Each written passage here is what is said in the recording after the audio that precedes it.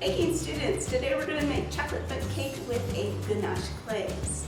So let's talk about bundt cakes. They have a hole in the middle of them. Back in the 1950s, there were a group of women that went to the Nordic products and asked them to make a pan with a hole in it so they could make their bundt cakes.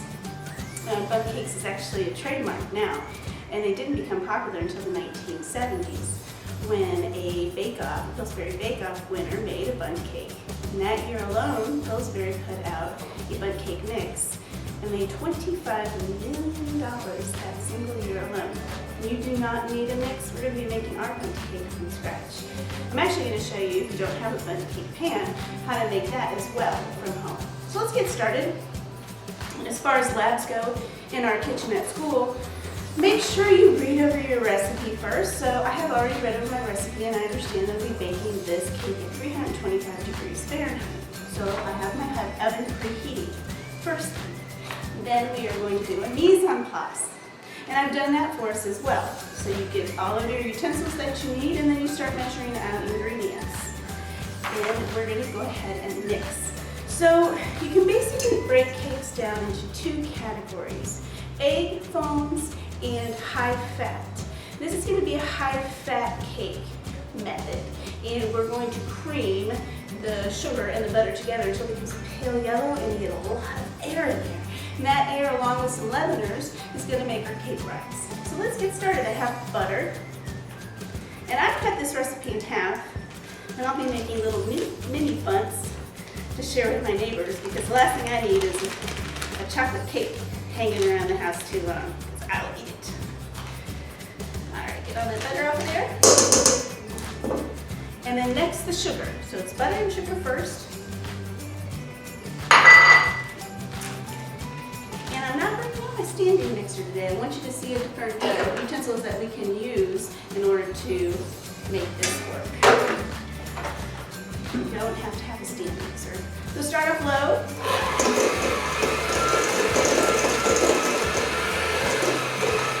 And then slowly go to high. Making sure you keep your beaters in the bowl. Don't lift them out of the bowl. This process is going to take a while. So we want to lift a lot of air into the fat and sugar until it becomes pale yellow and nice and pretty. If you do have a standing mixer, you could use the whisk. However, remember to remove that whisk and put the paddle on prior to adding any other ingredients.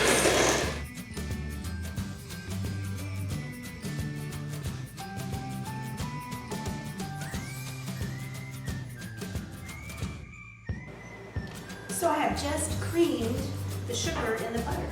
I want you to get a good look at how long it took. It took me about 10 minutes with a hand mixer. So our next step is to have our flour and our cocoa powder. And go ahead and mix that together with your salt and baking soda.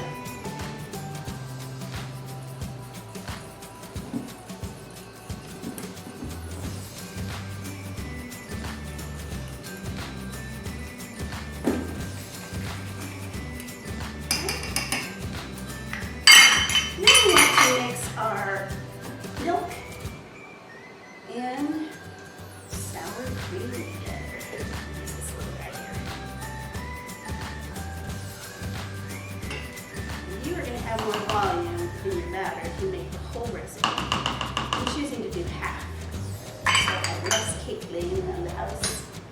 So let's mix that together.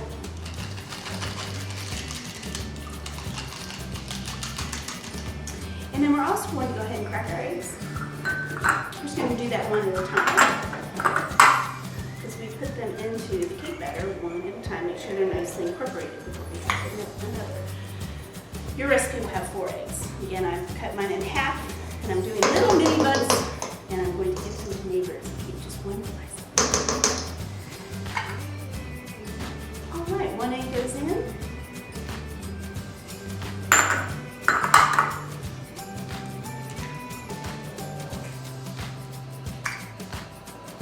Get that blended in with the butter and sugar.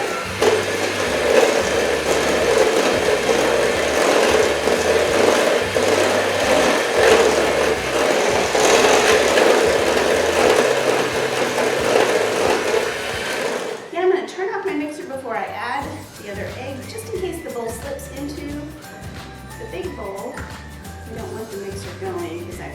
glass shards, and then you have to start over.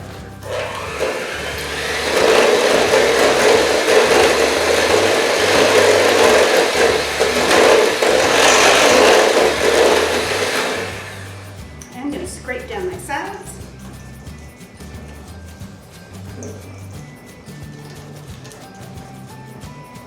There we go. We'll give this another go.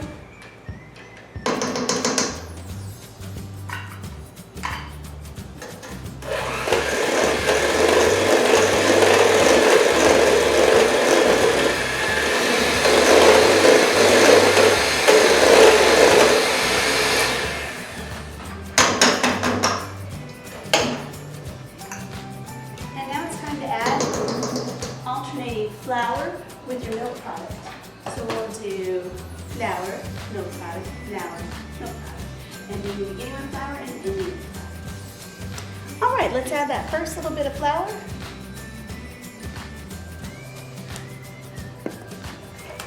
And just until incorporated.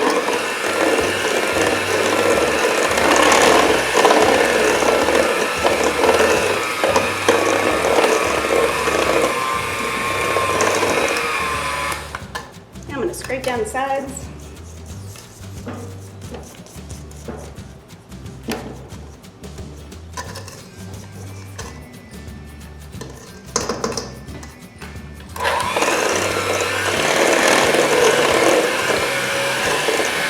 Good. Now time for half of our milk and sour cream. So we'll just stop here for a second. I'm going to tell you that the acid in the dairy actually interacts with the baking soda. Baking soda is an alkaline powder, and when those two react, we get a leaven, or we get all these bubbles that'll help our cake rise. Sour cream is a nice dairy to use. It actually adds moisture to the product without thinning the batter.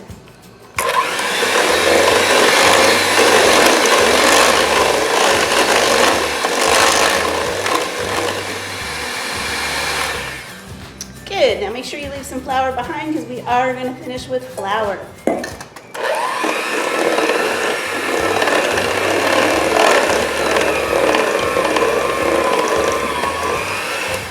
Scraping down the sides, and again, that's your flour, cocoa powder, powdered sugar, and salt.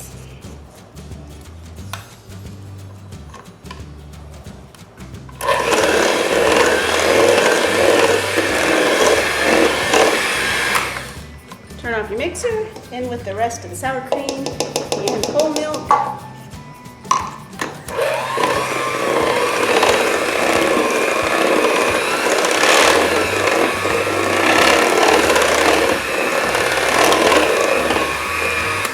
And now finishing with the flour, cocoa powder mixture. Scrape down your sides. And we don't want to develop too much gluten. So we're not going to over mix this. We're just going to make sure it comes together. Get to the bottom of the bowl. A lot of flour likes to hide out down there. Just want our cake to be tender. And the more you mix, the more gluten you will produce. And the tougher your product will be.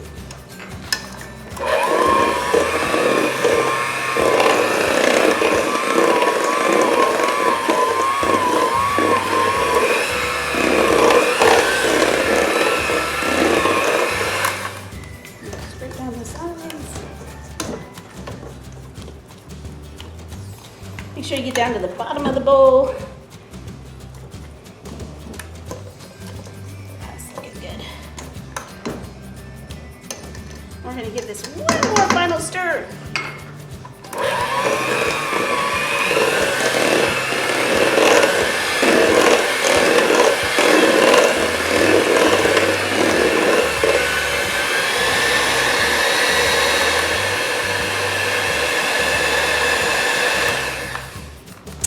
All right.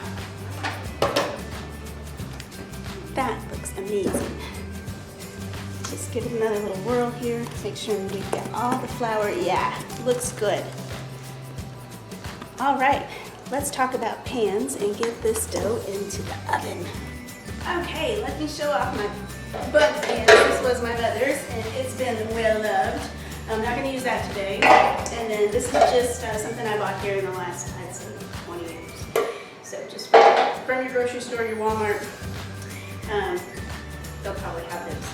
So let's go ahead and make sure that you use a spray. And you actually could dust a little bit of flour in there if you wanted to. There's a product called the Joy of Baking, and it sprays a little bit of flour and fat into your pan. I love that product. Also, if you don't have Bundt pans, you can make your own. So I've got 3 different pans here that I could use. This is just a casserole that I would put hash brown casserole in, or macaroni and cheese, and bake it in the oven. And this is a Bundt Cake pan. Many of you may not have those.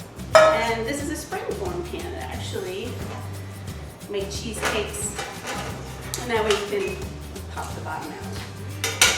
But what you will need is to use something to go into the middle. So I like this little Pyrex dish. You could absolutely use a glass ramekin, and then you could make sure that you grease the outside so the cake doesn't stick to the outside, because that will be your center. And then you can fill it with beans. Okay, that's going to evenly distribute the heat and hold it into place as these. So you have lots of options to come up with a fun way to make a Bundt cake. I'm going to use my little Bundt pan. That way I can share. Go ahead and spray it well. Make sure you're getting around that center part. And I'm not sure how many I'm going to need. I'm going to start with 4.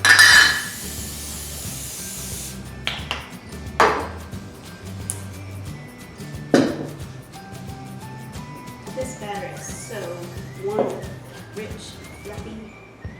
I'm so excited to try this recipe.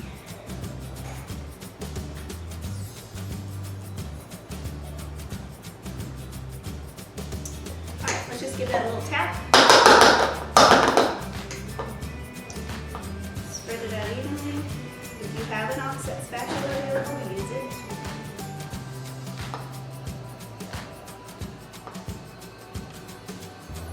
And those are actually going to rise up and go all the way to the top. Onto the sheet pan it goes.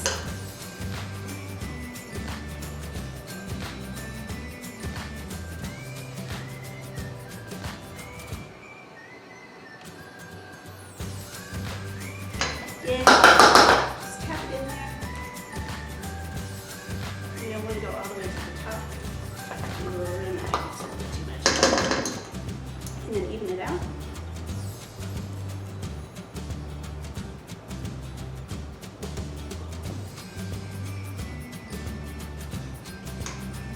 And I'll see how many I can get out of that. Again, you are going to do double the recipe. If you'd like, I cut this in half so you'll do 4 eggs and you'll have a lot more batter to work with. And that should fill the Bundt pan if you choose to use it.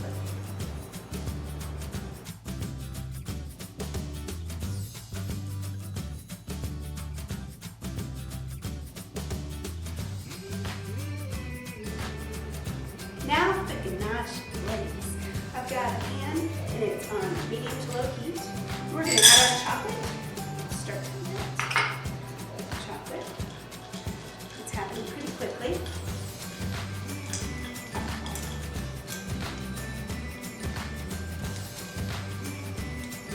Another Bundt cake I love is lemon poppy seed.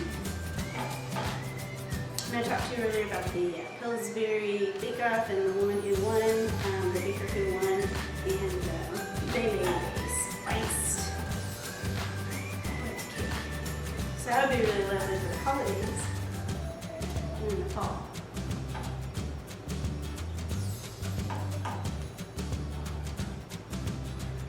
Alright, now that chocolate happens really fast, and this is a semi-sweet chocolate, and I went ahead and had a little bit of dark chocolate left over. It needed to get used up, so I had some dark chocolate in here as well.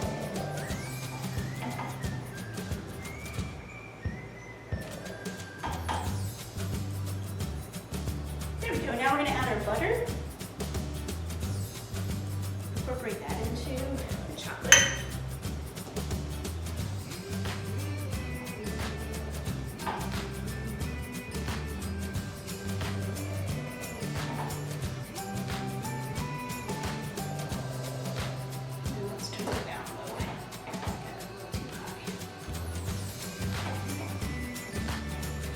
And we're going to add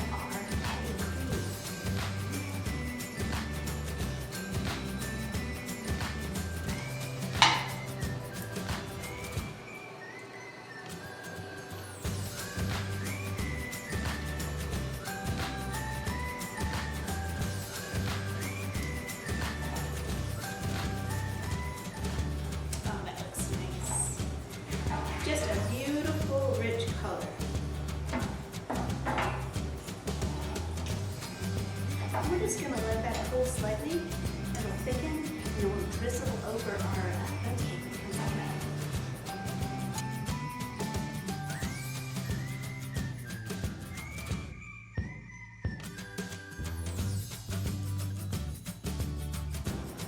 All right, the mini bunts are out of the oven, and I've taken a toothpick and inserted it, and it comes out clean. So that indicates it is cooked through, also by touch. So if that cake springs back, you know, and those are pretty back. So some of them I did go ahead and add some chocolate chips too. So this is a great recipe, like muffins, that you can add some nuts or some chocolate chips or some coconut, whatever you'd like. So let's go ahead. There is a little carryover cooking as well. So these will continue to cook a little longer. We're going to put them on a cooling rack. And that'll help slow that process down so they don't get overdone.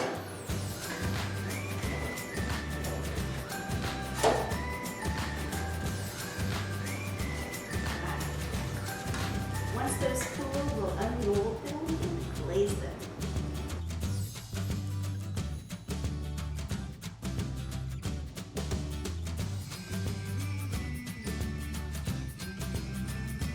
Okay, our bunts are out of the oven. Let's go ahead and run a knife all the way around to loosen them up. And they're just popping right out. Now this is one I added chocolate chips to. And then this is one I did not.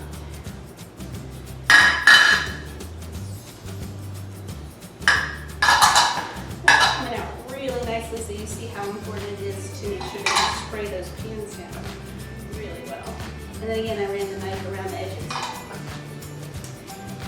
Now, one of these bunts is a little bit wobbly, so if I wanted to, I could just level this off.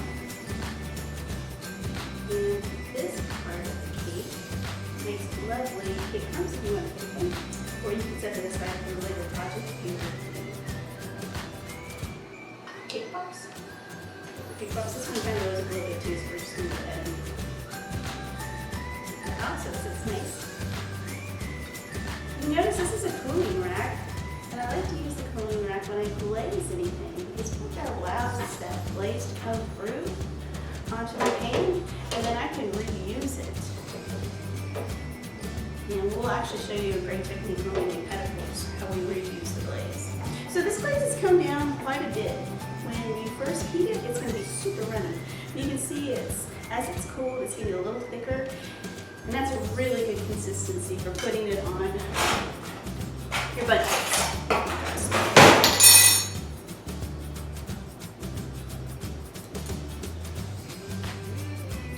So just get creative and have fun. I like to just drizzle. You could also hit these with a little bit of cocoa powder or powdered sugar.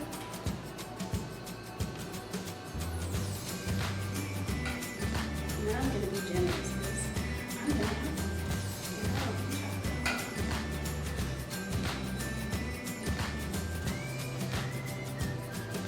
Once this ganache cools, you'll be able to package these. This would be perfect for a dinner party where everybody can eat cake. I like to, the reason I bought these pans is on the holidays, I like to share baked goods as gifts, homemade gifts. And so I bought these little pans. I have little bread pans, little bundt pans that I like to make small sizes and share. Everything in moderation, right? Alright, you get the idea. And then once these are cooled, I can actually lift that off and I can reuse the ganache in the project. Now we're going to plate. I'm just going to hit it with a little bit of cocoa powder.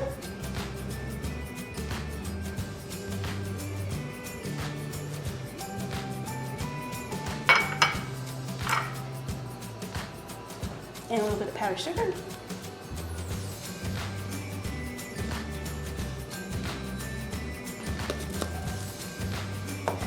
And then find my most beautiful bundt cake. Place it right in the middle. There we go.